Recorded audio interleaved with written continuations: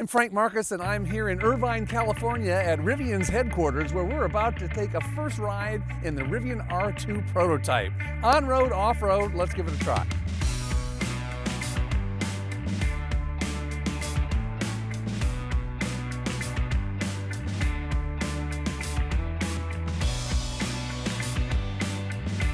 All right, we are loaded up in the brand new Rivian R2, taking our first drive. We're going to start out on some highway stuff and then check out the off-road prowess as well.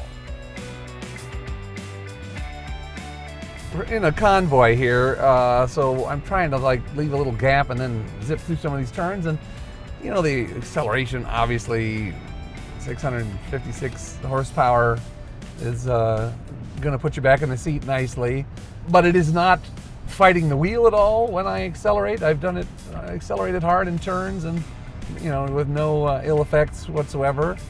We're cornering relatively flat, but not totally flat. They allow a little bit of sort of natural roll. And sport mode on this road, which is not terribly bumpy, is, you know, quite supple and comfortable enough. We'll see. I've been promised some bumps on the next road, but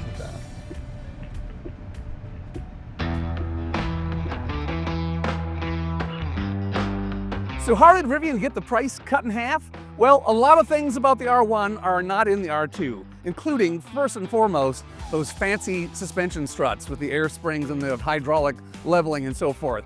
But this car does continue with semi-active damping, very similar to the R1, although there's only one valve instead of two. So instead of independent Johnson rebound, we're using one valve for both. We've got a body-on-frame R1. This is a unibody on a structural battery. So that takes a lot of mass out. This is only about a 5,000-pound car, so that's quite a bit of savings over the R1. We did also learn today what the horsepower and torque is. The combined front and rear. This is, by the way, we should mention, the launch model. So it's all-wheel drive, two-motor, pretty high spec on the performance. There's going to be a higher one and a lower one later. But for this launch model, 656 combined horsepower and 609 pound-feet of torque.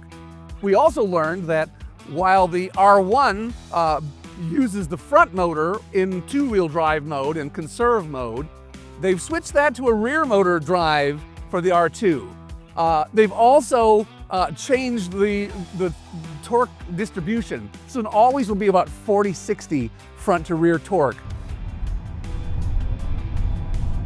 Definitely rears back a little more in moderate. We have been on the road and we have found that this car really does hold the road quite well. We are driving, because we're doing off-road today also, we've got the off-road spec tire here, a BF Goodrich Trail Terrain TA. Hangs on remarkably well on pavement. We were driving with 4 people on board and whatever, so probably about 6,000 pounds.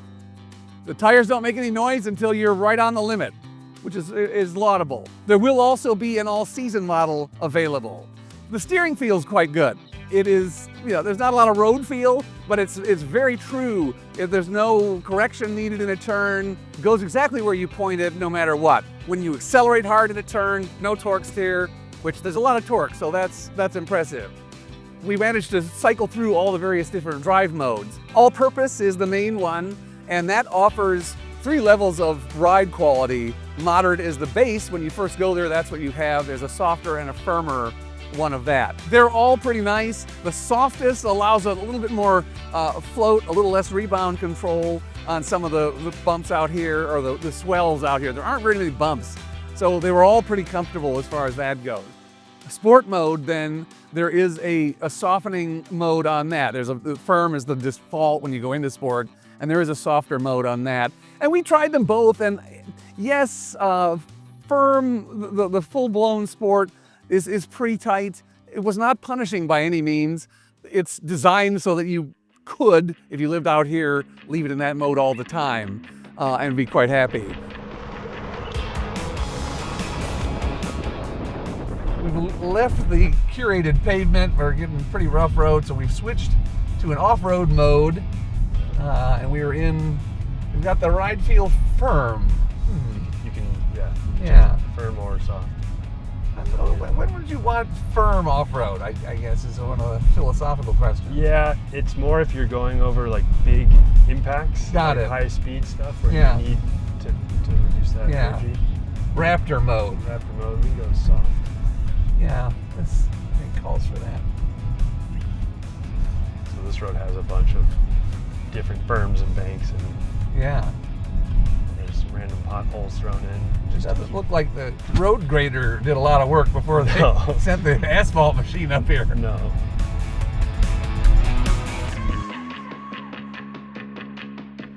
And then, of course, there are off-road modes, and there are suspension settings on that too.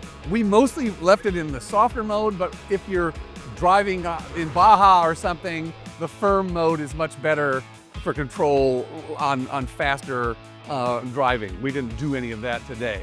But it's pretty impressive. The approach and departure angles are similar to a Rivian R1 that hasn't been lifted up. It's a little over 9 inches of ground clearance. The bottom of the battery tray is hardened just like it is on an R1. So you can take a pretty hard strike if you fall off some obstacle off-road. There will be hill descent control. It's not active in this car yet. There are a number of things that aren't quite there in this car. On this all-wheel drive Rivian R2, it has open differentials. There are no independent wheel motors and so forth, so it just relies on traction control to stop a spinning wheel. But it's highly effective. We did get one wheel high up in the air and never slowed down. It caught the spin right away, so the tire on the ground was able to keep us going. It has terrific cameras. Again, they're very high resolution, very helpful, and they're very easy to get if you suddenly need to look at the camera. One button that's always on the screen. So that worked really well. They're working on an invisible hood situation. That will probably come in midway after the launch. A lot of other manufacturers have that, and that can be very helpful for placing your tires off-road. Again, no hill descent control, but the one pedal drive offers you most of what that does anyway. So very adept off-road. It felt very agile. The smaller wheelbase helps. This car does not have rear steering like the R1 has, but because of the shorter wheelbase, the turn circle is smaller anyway. So maneuvering on trails, no problem not having that rear steering.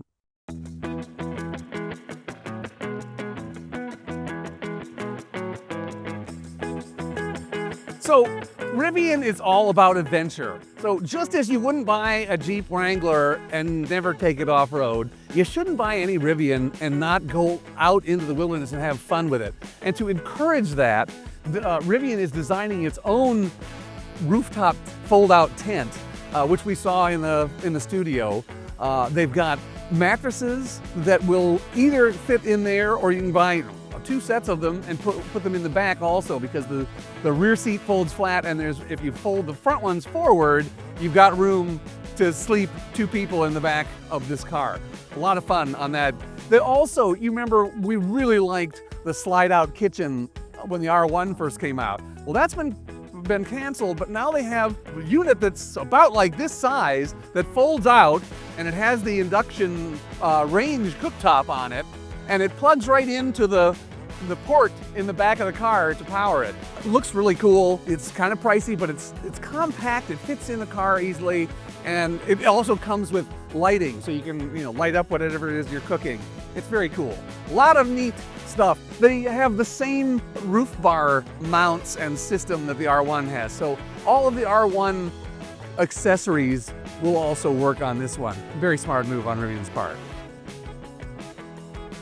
So after a fun day of on and off-road driving in the new Rivian R2, I'm prepared to say, yes, this is worth way more than just half an R1.